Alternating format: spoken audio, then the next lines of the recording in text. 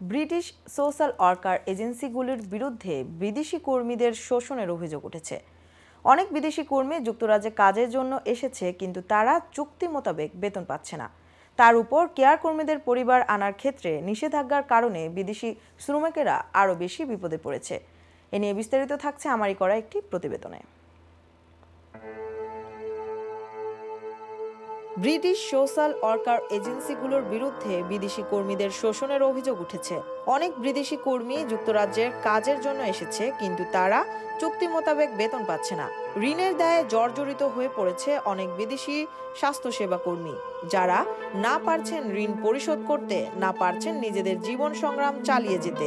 11টি বিভিন্ন কেয়ার প্রোভাইডারদের জন্য কাজ করা কয়েক ডজন লোক ব্রিটিশ সংবাদ মাধ্যম দ্য গার্ডিয়ানকে বলেছে, তারা ইউকে কেয়ার হোমসে কাজ পাওয়ার জন্য এজেন্টদের ঘুষ প্রদান করেছে। তাদের সাথে এজেন্টদের চুক্তি ছিল কাজ পাইয়ে দেওয়া, কিন্তু বেশিরভাগ ক্ষেত্রে কোনো কাজ দেওয়া হতো না।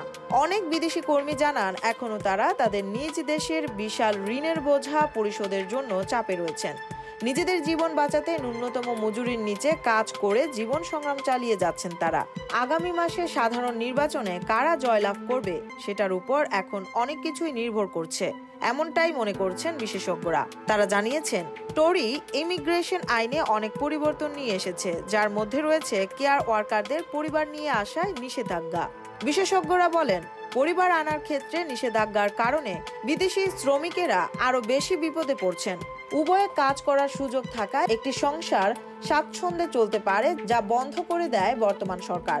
আবার কোনো কোনো ক্ষেত্রে দেখা যায়, একটি ছোট পরিবার কেয়ার ওয়ার্কার ভিসায় বর্তমানে যুক্তরাজ্যে অবস্থান করছেন, কিন্তু চাকরির অভাবে দারিদ্রতার সাথে প্রতিনিয়তই সংগ্রাম করে যাচ্ছেন। বিদেশি কেয়ার ওয়ার্কার তাদের ভিসার মর্যাদা হারানোর ভয়ে তাদের নিয়োগকর্তাদের ছেড়ে যেতেও ভয় পাচ্ছে। রয়্যাল কলেজ অব নার্সিং যুক্তরাজ্যের বড় 3টি দলের কাছে চিঠি লিখেছে। RCN সংসদের নতুন অধিবেশনে অভিবাসী কেয়ার ওয়ার্কারদের বিষয়ে বিস্তারিত আলোচনা চায়, কারণ তারা মনে করে এই বিষয়ে পুরো জাতির উপর প্রশ্ন উত্থাপিত হয়েছে, যা ব্রিটিশদের জন্য চরম লজ্জার ও কেলেঙ্কারির।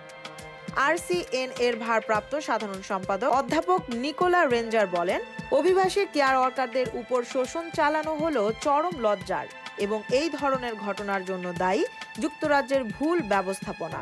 দাতব্য প্রতিষ্ঠানের anti trafficking officer Johanna white বলেন, আমি দেখতে পাচ্ছি যুক্তরাজ্য মানব পাচারের এক কেন্দ্র হয়ে উঠেছে, যেখানে আধুনিক যুগের দাসত্বের সূচকগুলি মাথাচাড়া দিয়ে উঠেছে। কনজারভেটিভ সরকার সীমান্ত পরিদর্শক ডেভিড নিলকে বরখাস্ত করেছিলেন। নীল বরখাস্ত হবার কিছুদিন পরেই তার প্রতিবেদন প্রকাশ পায়। প্রতিবেদনে পরিষ্কার হুঁশিয়ারি দেওয়া হয়েছিল যে হোম অফিস কেয়ার ভিসা দেওয়ার জন্য পর্যাপ্ত তদারকি করছে না। আফরোজ আলী মাসা, আয়ন টিভি, লন্ডন।